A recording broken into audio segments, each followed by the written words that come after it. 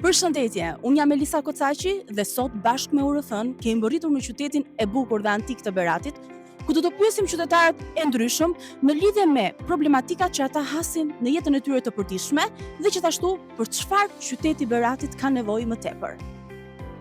Pyetja ime është problematikat që hasin në qytetin e Beratit dhe për çfarë qyteti i Beratit ka nevojë më shumë. Qyteti i Beratit i bukur i pastër. S'kemi ndonjë kështu.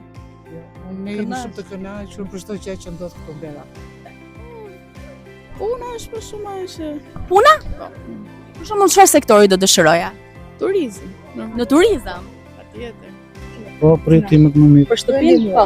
Po. Për shtëpinë e fëmijëve? Po. Qyteti ka shumë nevojë. Po më specifiko disa. Lagja ka las, çeve shpatndriçim. Por papunësia është shumë e madhe në qytet.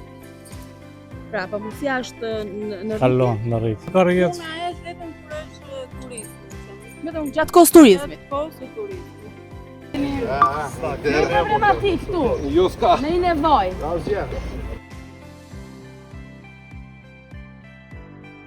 Berati ka për shumë gjëra, më shumë. Më specifiko.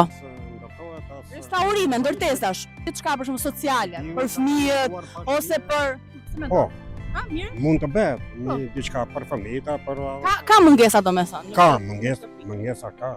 Ka Berati Po kështu për parqe, për këndë lojrash, si jeni këtu spitalet, si keni shërbimet? Kënd lojrash deri diku është arritur që është bërë fushë sportit aty, domethënë mirë. Gjojnë Ose për shembull për këto psikologët, terapistët, kanë mungesë këtu? ka mungesa.